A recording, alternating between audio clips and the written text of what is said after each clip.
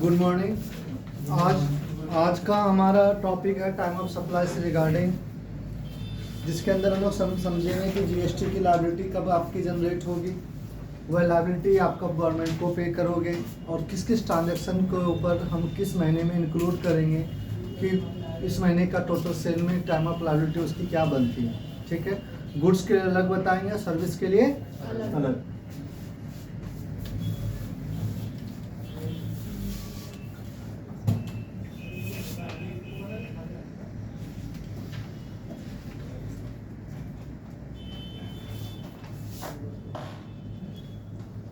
Time of supply ये इसलिए ज़रूरी है कि आपकी जीएसटी की लायबिलिटी कब कैसे डिटरमाइन होगी, उसके लिए आपको टाइम ऑफ सप्लाई के बारे में जानना ज़रूरी है। तो इसमें आपके बुक में भी दिया हमने, now why to determine the time of supply. Time of supply goods का क्या होगा एंड सर्विस का क्या होगा। तो जनरली क्या होता है कि हम गुड्स और सर्विस की डिलीवरी कर देते हैं, बिल नहीं देते हैं, पेमेंट आ जाती है, बिल रेज नहीं करते हैं। तो इसमें हमारी जीएसटी की लायबिलिटी कैसे बनेगी, उसको जानने के लिए आपको टाइम ऑफ सप्लाई को जानना जरूरी है। तो इसमें आप दो चीज़ देखोगे गुड्स के केसेस में कि गुड्स की डिलीवरी मूवमेंट और इनवॉइस रेज, उसमें से पहले कौन सा हुआ है। तो इनवॉइस रेज और गुड्स की मूवमेंट में गवर्नमेंट ने बोला है कि जैसे ही गुड्स की मूवमेंट होगी आपकी लायबिलिटी हो जाती है उसकी बिल्स रेज करने की, बिल बनाने की। तो ये हमारे बिल बनाने की ड्यूटी कब बन जाएगी, जैसे ही हमने गुड्स की मूवमेंट किया, यानी कि किसी भी पर्सन को गुड्स की डिलीवरी हमने अपने गोडाउन से निकाल दे दिया, उसको हैंड ओवर कर दी, तो मेरी लायबिलिटी है कि उसके साथ साथ हमको इनवॉइस रेज करनी है। क्या रेज करनी है? तो गवर्नमेंट ने बोला कि हम ये देखेंगे कि इनवॉइस रेज करने की आपकी क्या ड्यू डेट थी, और दूसरा आपको ये देखेंगे कि जो आप ये देखेंगे कि जो इनवॉइस के अगेंस्ट में गुड्स कब दिया था आपने। ठीक है, इन दोनों केसेस में आप ये देखेंगे कि पहले कौन हुआ, बिफोर कौन है, गुड्स की डिलीवरी या इनवॉइस रेज करने की। अगर गुड्स इनवॉइस हमने पहले बना दिया और गुड्स बाद में भेजा तो इनवॉइस डेट को पकड़ेंगे। किस डेट को पकड़ेंगे?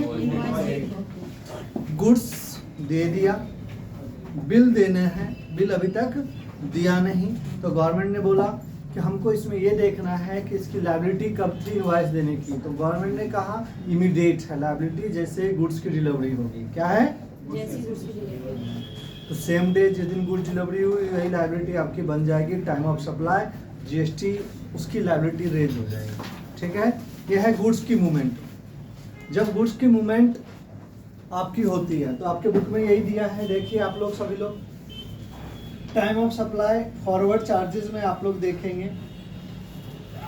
कि the date issue the invoice by the supplier, the last date which required to be invoice issued, the date which supplier receive the payment. पहले 2017 में पेमेंट को भी हम कंसीडर करते थे, जब हम गुड्स के लिए एडवांस ले लेते थे तो उसको भी जीएसटी देनी पड़ती थी, बट बाद में गवर्नमेंट ने इसको हटा के पेमेंट को कंसीडर गुड्स के केस में नहीं किया है। गुड्स के केस में हम किसके केस में कर रहे हैं? गुड्स केस में दो ही चीज़ देख रहे हैं, गुड्स की डिलीवरी और इनवॉइस की रेज करने की। तो आप देखो इनवॉइस रेज करने की जो लास्ट डेट है वो इमीडिएट है, और नीचे आपको देखो स्टार लगा के दिया है बी पॉइंट पे, the date on which he is required to be issue the invoice, supply invoice movement of goods, removal goods for supplier by the recipient. जिस दिन आपने अपने यहाँ से गुड्स को रिमूव किया यानी भेजा, उसी दिन आपकी ड्यूटी बनती है इनवॉइस रेज करने की। कहता है supply does not involve movement of goods, जहाँ गुड्स की मूवमेंट नहीं होती है तो delivery of goods making available good to the recipient. अब ये देखेंगे कि हमने रिसिपेंट के लिए गुड्स किस दिन अवेलेबल करवाया था। ये कैसे होता है?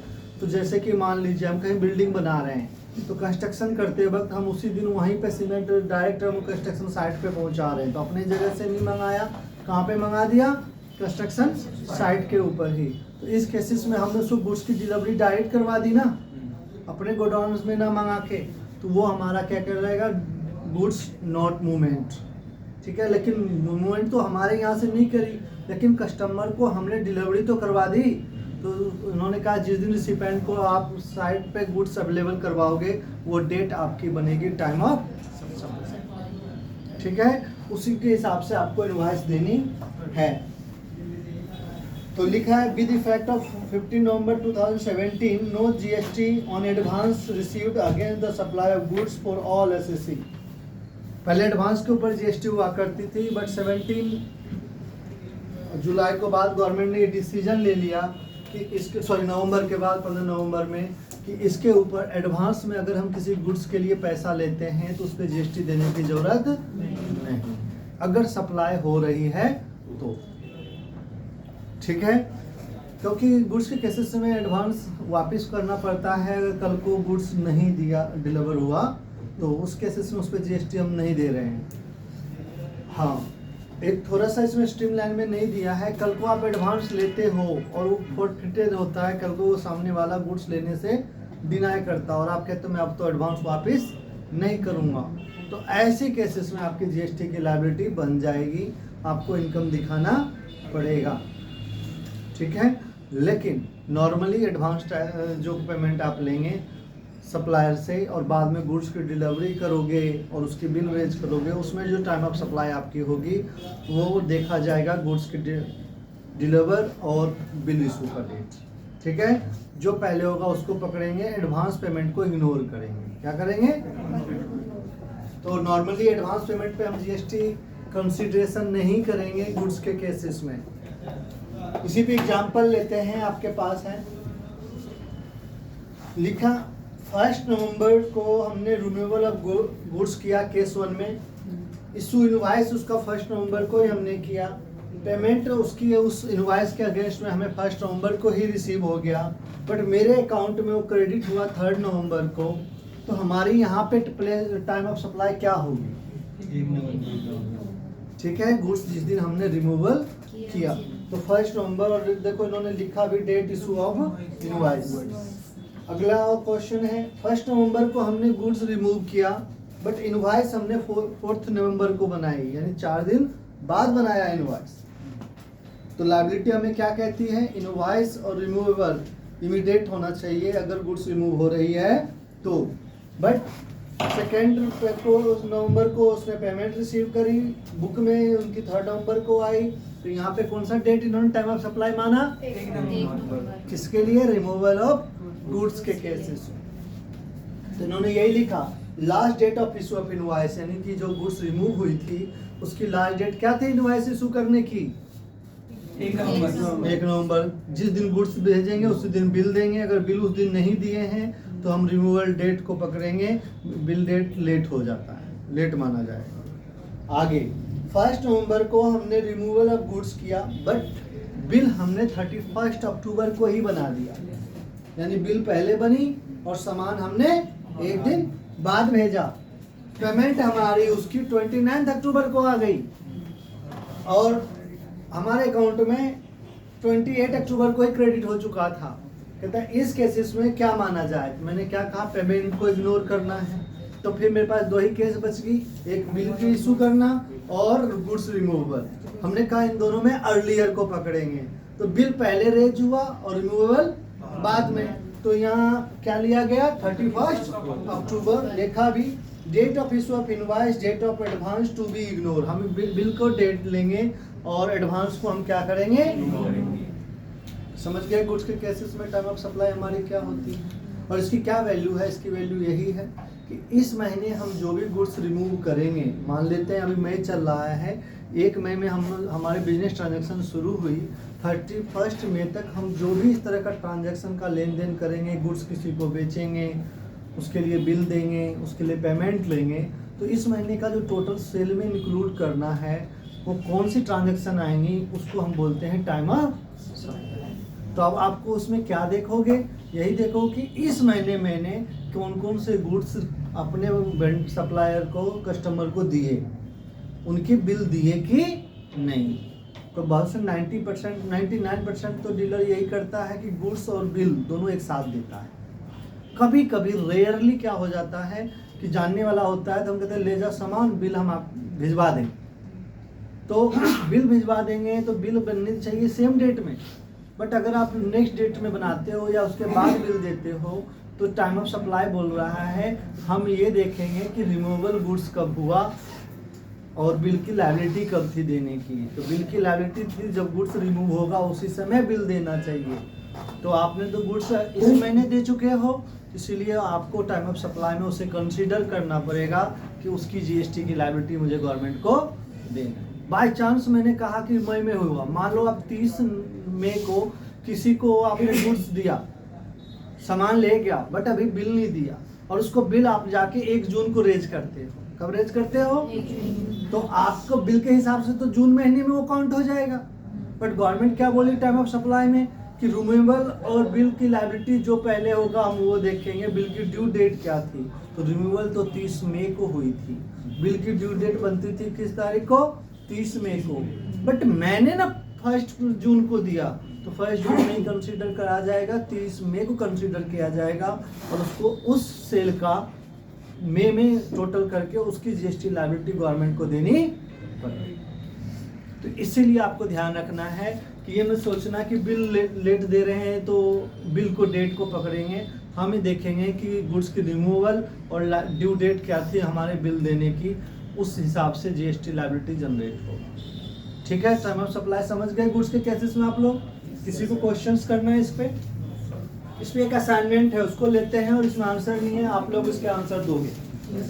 ठीक है, बोला गया कि केस 1 में हमने रिमूवल ऑफ गुड्स किया, गुड्स हमने दिया 31 दिसंबर को, इनवॉइस दिया हमने 31 दिसंबर को ही, पेमेंट हमारे को मिल गई 24 को और हमारे अकाउंट में क्रेडिट हुआ 26 दिसंबर को।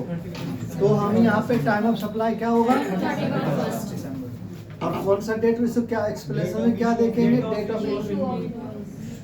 ठीक है, तो ये डिटरमिनेशन लिखना है, ये जो तुम लिख रहे हो ना TOS time of supply, short form हो गया ना TOS टाइम ऑफ सप्लाई। ठीक है, तो टाइम ऑफ सप्लाई के अकॉर्डिंगली हम इशू ऑफ इनवॉइस डेट पकड़ रहे हैं क्योंकि टाइम से है। आगे बोला 31 को हम रिमूवल केस 2 में कर रहे हैं गुड्स और 3 जून को हम उसका बिल दे रहे हैं। बिल कब दे रहे हैं? पेमेंट हमारे को 1 जनवरी को आ रहा है, सॉरी, और 1 दिसंबर को हमारा उसका पेमेंट बैंक में क्रेडिट हो चुका था। 1 दिसंबर को क्रेडिट हो चुका था, 1 जनवरी को हमने पेमेंट दिखाई और बिल हमने 1 जनवरी को दिखाया, सॉरी 3 जनवरी को, और गुड्स लेकिन हमने 31 दिसंबर को ही भेज दिया था। तो यहाँ पे टाइम ऑफ सप्लाई क्या होगा? 31। क्योंकि रिमूवल ऑफ गुड्स थी, ड्यू डेट क्या थी? ड्यू डेट ऑफ इनवॉइस थी 31 दिसंबर। ठीक है, तो इसको यहाँ लिख सकते हो last date of issue of invoice. आगे है 3rd पोजीशन में 31 दिसंबर को हमने बिल दिया, गुड्स दिया, 26 को ही बिल रेज कर दिया। गुड्स दिया 31 दिसंबर को और बिल रेज कब हुआ? आगे, और 26 नवंबर को हमारा उसका पेमेंट इंटर्ड हुआ अकाउंट में और क्रेडिट हुआ 26 अक्टूबर को ही। यहाँ टाइम ऑफ सप्लाई क्या माना जाएगा? डेट जिस दिन हमने इनवॉइस इशू किया, तो 26 दिसंबर को मानेंगे हम लोग टाइम ऑफ। समझ में आ गई बातें? ये बहुत आप जॉब में ध्यान रखो, क्योंकि देखो हर पॉइंट पे आप नहीं होते हो। स्टोर रूम वाले पर्सन गुड्स आज ही भेज दिया किसी को, बिल उसको देना था, बिल नहीं दिया, आपको पता जैसे चल जाएगा कि गुड्स जा चुका है, तो गेट पास कंपनी में होती हैं बहुत कुछ। तो आप अपना जब जीएसटी का लायबिलिटी जनरेट करोगे तो गेट पास को देखोगे, बिल रेज कितना हुआ है, गुड्स का क्लोजिंग स्टॉक में क्या क्या है, उसके हिसाब से अपनी लायबिलिटी जनरेट करो। क्योंकि गलती हो सकती है लेकिन आप कंसिडरेशन में गलती नहीं करोगे, आप अपने हिसाब से हर चीज़ को चेक करना एज एन अकाउंटेंट काम। अब अगला पॉइंट आता है हमारा time of supply goods reverse charges. अभी अब हमने किस पे पढ़े? फॉरवर्ड। हम किसी को सामान दे रहे थे, उसका हम बिल दे रहे थे, उसका मुझे पेमेंट मिला था, उस कंसिडरेशन में आपने देखा हमने एक ही चीज टाइम ऑफ सप्लाई में पढ़ा कि जो गुड्स रिमूवल और liability of the issue of invoice, उनमें जो अर्लियर है उसे मानेंगे। तो गुड्स रिमूवल के ही डेट को लायबिलिटी बनती है बिल देने की। अगर उससे बाद देंगे तो रिमूवल गुड्स का डेट लेंगे, पहले देंगे तो इनवॉइस डेट लेंगे, पेमेंट को हम लोग इग्नोर करेंगे, पेमेंट को। बट रिवर्स चार्जेस मतलब क्या था, आपने पढ़ी थी लास्ट क्लासेस में कि ये लायबिलिटी किसकी बनती है, रिसिपेंट की। किसकी बनती है, रिसिपेंट। रिसिपेंट मतलब मैं बायर हूँ, मैं खरीदने वाला हूँ, तो यहाँ बिल तो मैं नहीं दूंगा ना, बिल कोई मुझे देगा, सामान कोई मुझे भेजेगा, मैक्स ज़्यादा क्या कर सकता हूँ उसके बदले में का हिसाब पेमेंट करूँगा। तो गवर्नमेंट ने कहा इसके अंदर रूल आपको क्या पकड़ना है, सो ध्यान दीजिएगा। यहाँ आप तीन चीज़ को बहुत ध्यान से दोगे, लोगों को बुक में भी दिया, लिखा if time of supply can not be determined with the help of above provisions, then the time of supply shall be date of which entry in the books of the recipient goods service are made। कहता है कि कभी आपको ये नहीं पता चले, ऐसा भी सर्कमस्टांसेस हो जाए कंपनी में, आपको ये नहीं पता गुड्स किस दिन भेजा था, गुड्स किस दिन भेजा, पेमेंट आई ही नहीं हो, उसकी बिल बना ही ना हो, बट आपको अब पता चला कि जो आज गुड्स तो चला गया उस पर्सन को, यार उसको बिल देना भूल गए हैं। तो ऐसी कंडीशन में जिस दिन आपको मालूम पड़ी उसी दिन उसका टाइम ऑफ सप्लाई माना जाएगा, आप उस दिन एंट्री करो अगर आपको डेट कंफर्म नहीं है। क्लियर है। अब आती है हम आरसीएम में। तो आरसीएम में आप तीन चीज को देखोगे, गुड्स मुझे रिसीव कब हुआ, गुड्स मुझे उस गुड्स का मैंने पेमेंट कब किया, उस गुड्स का हमने पेमेंट कब किया, और दूसरा उस गुड्स का इनवॉइस जो बनाया गया विद इन 30 डेज बनाया गया कि नहीं। तीन चीज मिलेगी। एक, गुड्स मुझे रिसीव कब हुआ, उसने किस दिन भेजा उससे मतलब नहीं है मेरे लिए, मेरे लिए क्या है, मुझे कब रिसीव हुआ, मुझे गुड्स कब मिला। दूसरा, मैंने उस गुड्स का पेमेंट कब किया, ठीक है। और तीसरा, उस गुड्स जो रिसीव हुआ था उसका इनवॉइस उस बंदे ने 30 डेज के अंदर इशू किया था कि नहीं, ठीक है। इन तीनों में जो अर्लियर होगा, इन तीनों में जो पेमेंट, गुड्स रिसीव्ड और इनवॉइस, तीनों में जो अर्लियर होगा वो आप टाइम ऑफ सप्लाई होगा आरसीएम। इसके लिए क्लियर है। तो आपके बुक में यही दिया कि mister P producer of cashew nuts sold goods to mister Q is registered dealer, the detail which given as follow. उसका डिटेल ये है क्या, 1 दिसंबर को इनवॉइस इशू किया, इनवॉइस कब इशू किया, देन गुड्स रिसीव हुआ उस पर्सन को, यानी कि जब मैं बायर हूं मुझे रिसीव हुआ 15 दिसंबर को। कब हुआ, पेमेंट हमने किया ही नहीं अभी तक, टाइम ऑफ सप्लाई क्या माना जाएगा। तो बोला गया कि जो बिल विद इन 30 डेज है ना, है कि नहीं है, तो विद इन 30 डेज है तो बिल डेट को पकड़ेंगे। किसे पकड़ेंगे, अगर आफ्टर 30 डेज होता, आफ्टर 30 डेज तो गुड्स रिसीव डेट पकड़ते। क्या पकड़ते, तो इसमें यही बोला गया कि date of receive the goods, जिस दिन इसको पकड़ना है, तो 15 दिसंबर माना गया। आगे देखो, 1 दिसंबर को हमारे को इनवॉइस रिसीव हुआ, क्या हुआ, इशू किया, रिसीव नहीं हुआ, बिल बनाया गया। 15 जनवरी को हमें गुड्स रिसीव हुई। कब रिसीव हुई, 20 जनवरी को हमने उनका पेमेंट किया। तो इसमें आपका ये कितना दिन लिया है, 1 जनवरी, यानी कि जिस दिन 30 डेज कंप्लीट गुड्स की बिल बनी 1 दिसंबर। कब बनी, 1 दिसंबर। रिसीव कब हुआ, 15 जनवरी। कितने दिन होता है, 45। कितने दिन कंप्लीट किया उसने, तो इसने कहा जिस दिन 45 कंप्लीट हो गया, गुड्स मुझे लेट मिल रही हैं, बिल आपने पहले बना दिया है, हमारे रूल के हिसाब से गुड्स रिसीव डेट को पकड़ते, लेकिन क्योंकि 30 दिन से ज़्यादा हो गया, कितने दिन से ज़्यादा, तो 30 दिन के बाद जो इमीडिएट डेट होगा ना, हम उस डेट को लायबिलिटी बनेंगे टाइम ऑफ सप्लाई। तो इसने यही लिखा, date immediately following 30 days of the date of invoice, bill date से 30 दिन के बाद। तो इन्होंने 1 जनवरी लिया। अब आता है 1 दिसंबर को इनवॉइस इशू हुआ, 10 दिसंबर को गुड्स रिसीव हुई, पेमेंट उसकी 10 दिसंबर को हो गई। तो अब आपको क्या लेंगे, तो यहाँ विद इन 30 डेज है तो गुड्स रिसीव डेट पकड़ेंगे। कौन सा पकड़ेंगे? अगला पॉइंट, 1 दिसंबर को इनवॉइस इशू हुआ, 15 दिसंबर को गुड्स हुआ, ये भी 30 दिन में है, बट पेमेंट हमने कब कर दी थी? तो कायदे से तो रिसीव डेट को पकड़ते हैं क्योंकि बिल तो 30 दिन के अंदर अंदर है, लेकिन पेमेंट भी हो रखी है, तो हमने कहा था पेमेंट गुड्स रिसीव्ड और इनवॉइस में जो अर्लियर हो उसको लेंगे। तो अर्लियर यहाँ पे क्या है? पेमेंट, तो इसलिए वो बोला गया डेट ऑफ पेमेंट। क्यों? क्योंकि आरसीएम की लायबिलिटी पेमेंट पे भी बनती है ना, चाहे एडवांस पहले दे दे, इसीलिए हम क्या लेंगे? पेमेंट डेट को। तो तीनों कंडीशन आप समझ गए। एक फिर से मैं रिपीट जा रहा हूँ आरसीएम के लिए।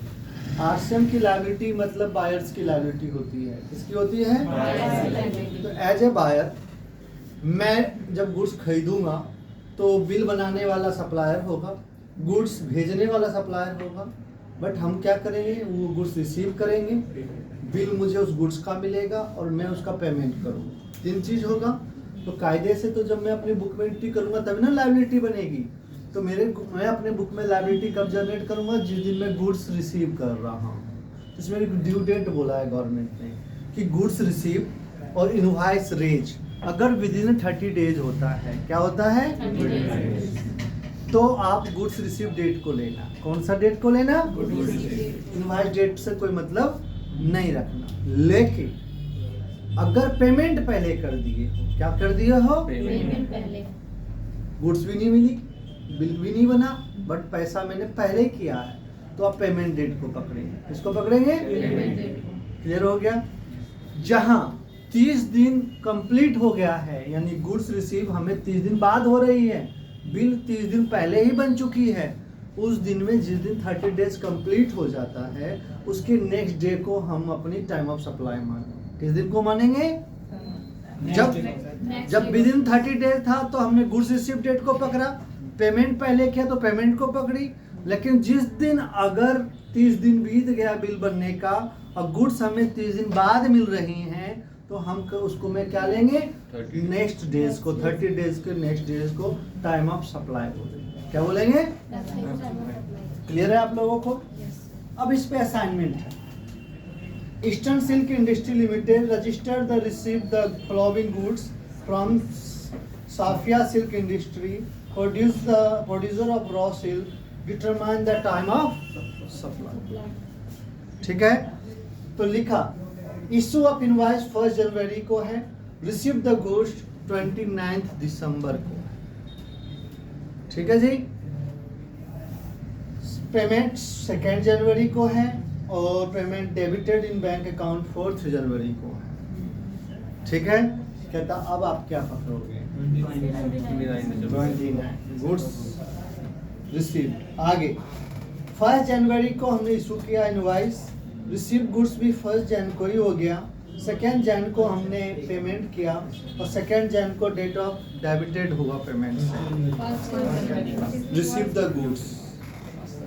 गुड्स रिसीव जब हुआ, अभी तो सेम है ना, विद इन 30 डेज चल रहा है।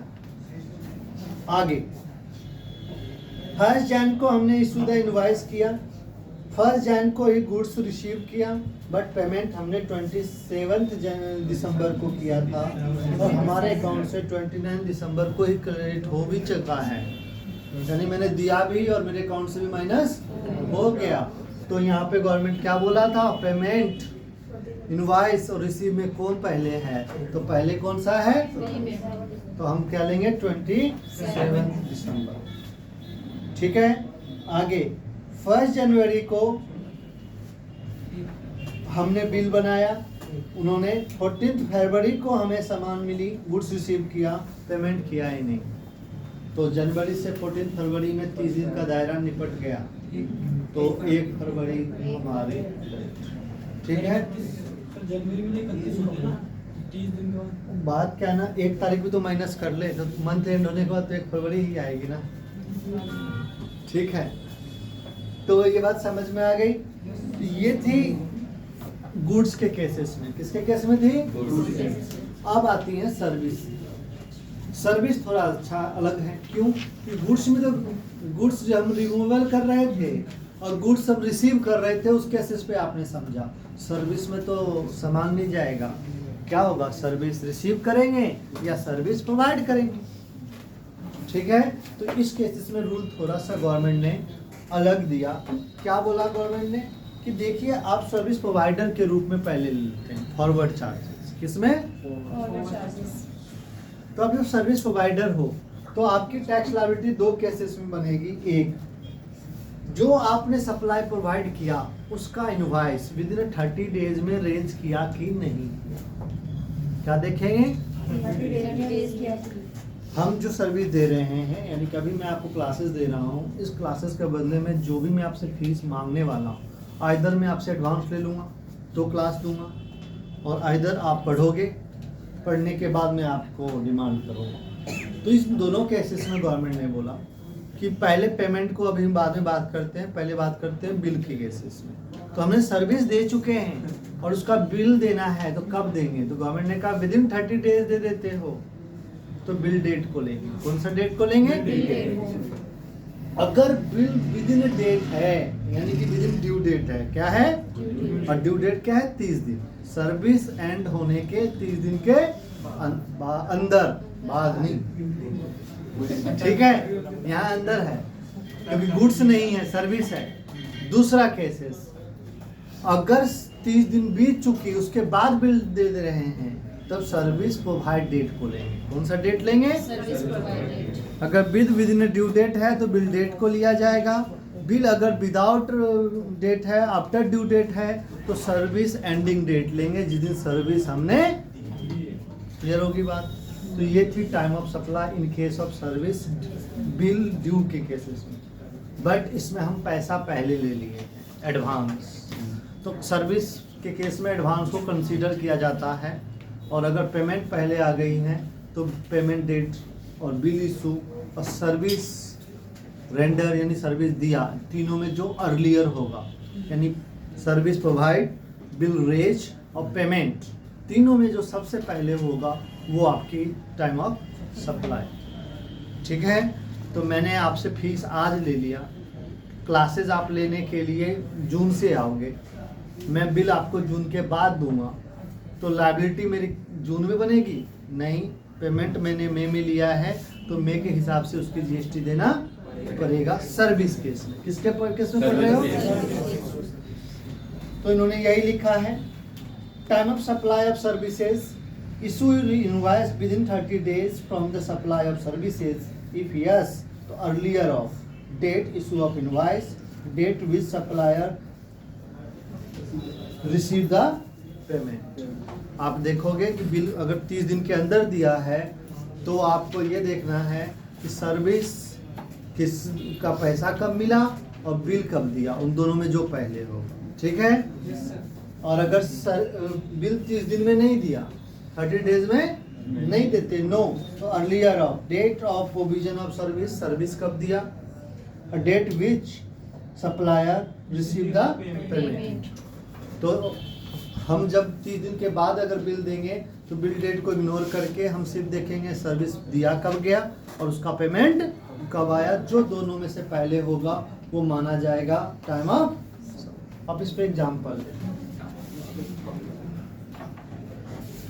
The only difference between these two that is the case invoice issued within 30 days. इसमें एक ही चीज समझ में आया कि हमें बिल कितने दिन के अंदर देना है, अगर 30 दिन के अंदर बिल देंगे तो इनवॉइस डेट को कंसीडर और पेमेंट को जो अर्लियर होगा वो लेंगे, और अगर 30 दिन के बाद देते हैं तो सर्विस प्रोवाइडिंग और पेमेंट में जो अर्लियर होगा।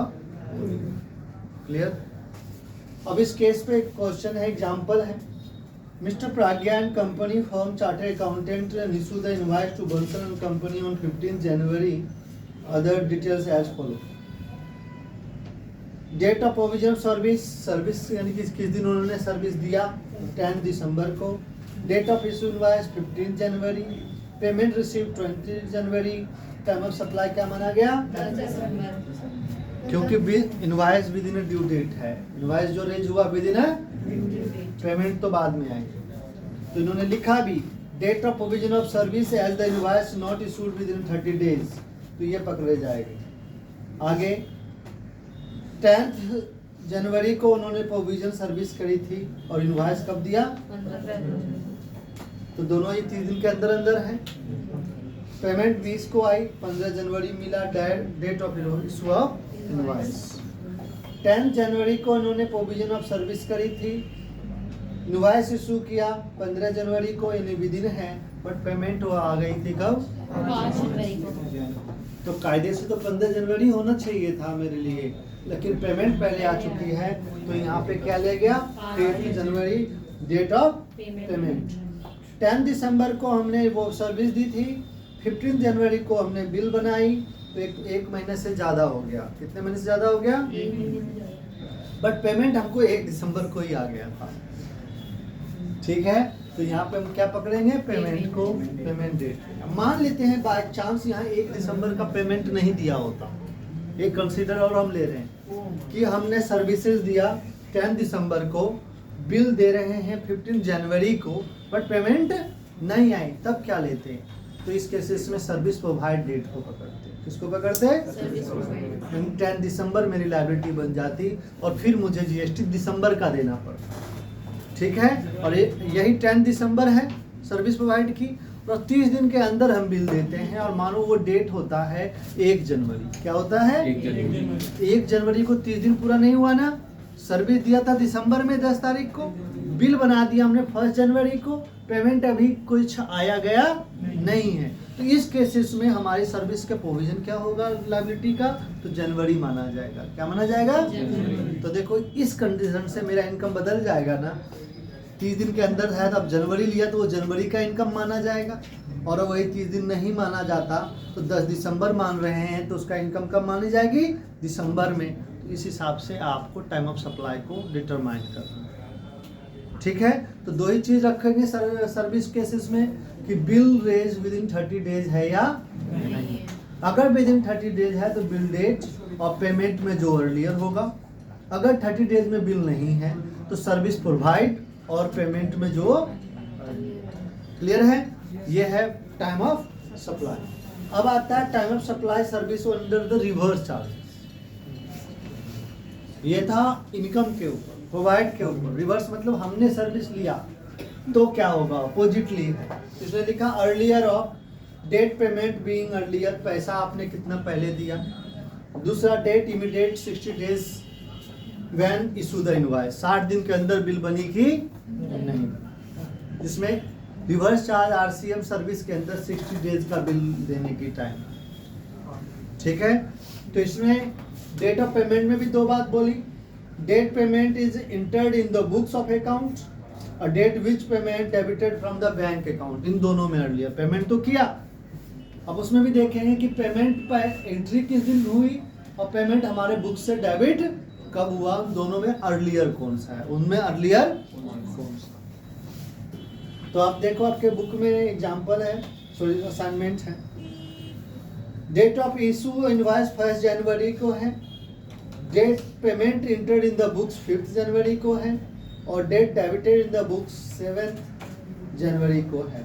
इसमें आप कौन सा डेट पकड़ोगे? तो 1 जनवरी को की इनवॉइस हम विद इन 60 डेज कर रहे हैं।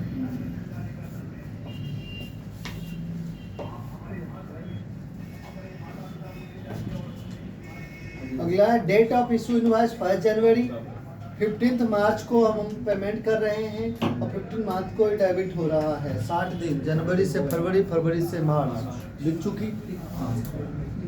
ठीक है, तो हम इनवॉइस तो रेज किए हैं सेम टाइम पे, तो अर्लियर कौन सा है? तो इनवॉइस 1 जनवरी आप पकड़ेंगे। ठीक है, अब आप देखो 1 जनवरी को बिल दे रहे हैं, पेमेंट 29 दिसंबर को ही हम अपनी बुक में एंट्री कर रहे हैं। कब कर रहे हैं? और हमारे बुक में डेबिट हो रहा है 2 जनवरी को। तो हमने कहा था पेमेंट डेबिट और इंटर्ड में जो अर्लियर होगा, तो 29 हो गया। और फिर हमने कहा था बिल डेट और पेमेंट में जो अर्लियर होगा, तो बिल डेट जो है वो कब का है? 1 जनवरी, और पेमेंट हमारे बुक्स में 29 हमने कंसीडर किया, तो यहाँ पे पेमेंट पकड़ेंगे 29।